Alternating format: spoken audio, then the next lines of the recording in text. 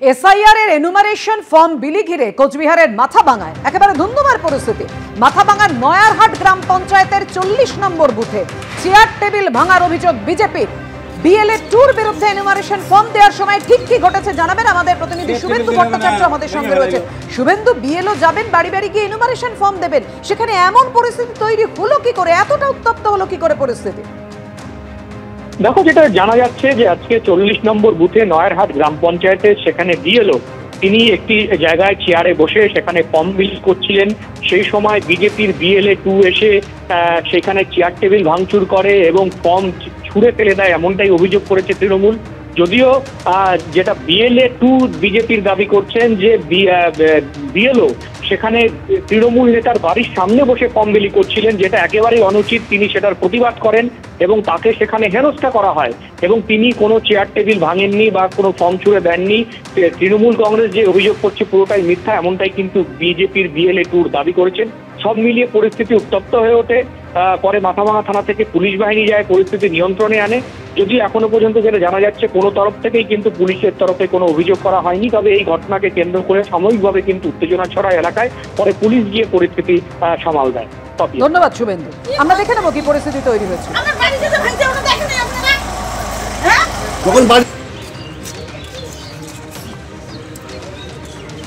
বিজেপির যিনি বিএলএ 2 ছিলেন তার বিরুদ্ধে ফর্ম ছুঁড়ে ফেলে দেওয়ার অভিযোগ করছে তৃণমূল কংগ্রেস। পাল্টা বিজেপির কি অভিযোগ, পরপর দেখুন।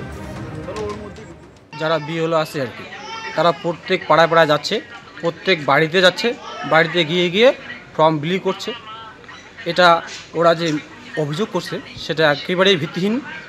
এর সঙ্গে মানে আমাদের দল কোনো জড়িত নয়। বিজেপি নেতা বিএলওকে যে চেয়ার টেবিল ভাঙচুর করছে ও হুমকি দিয়েছে, যে ঘটনা ঘটিয়েছে আশা করব এরকম ঘটনা কেউ ঘটায় না।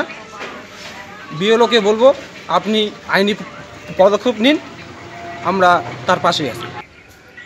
ফর্ম যে ফর্মগুলো আছে সেগুলো দেওয়া শুরু করছে, ঠিক আছে। পরে আমি বললাম যে না, এটা তো নিয়ম না। এই কথা বলতে যে সাথে যে ছিল বাবুলাল সরকার, ওর ভাই, ঠিক আছে, মানে এত উত্তেজনা হয়ে গেল, ঠিক আছে। আমাকে আর কোনো কথাই বলতে দেয় না। মানে ওরা বলতেছে যে এ কেন আসবে, একে বান্ধো, দৌড়ি নিয়ে আসো, ফটাফট বান্ধো। যেহেতু আমরা পক্ষে আছি, আমরা কোনোভাবেই এসআইয়ের বিপক্ষে না। আমি ফর্ম ছিড়বো, যে আমি এসআই সম্বন্ধে কিছু জানি না, এটা ওদের মানে আমাকে ফাঁসানোর একটা চক্রান্ত। ওরা আমাকে কেন বাঁধতে চাইলো সেটা আগে বলুক।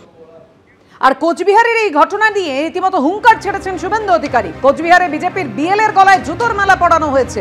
বিজেপির বিএলএ 2-র ওপর হামলা, হিসেব নেব। বর্ধমানের সভা থেকে হুঙ্কার শুভেন্দু অধিকারী। আপনারা বিএলওদের নিয়ে যা খুশি করছেন, আপনারা বিএলএ 2 বিরোধী দলের লোকেদেরকে শারীরিক আক্রমণ করছেন, হুমকি দেখাচ্ছেন। এমনকি কোচবিহারের মাথাভাঙায় অসভ্য বর্বর তৃণমূল জুতোর মালা পর্যন্ত বিজেপির বিএলএ 2-র গলায় পরিয়েছে। ছবিগুলো থাকলেও হিসাব আমরা নেব। বদলাও হবে, এটুকু আমি বলে দিতে পারি। খগেন মুর্মুর রক্ত দেখেছেন, রক্ত দেখার পরে আপনিও উত্তেজিত হয়েছেন। আপনি কি এর বিচার চান, হ্যাঁ কি না? আপনি বদলা চান, হ্যাঁ কি না?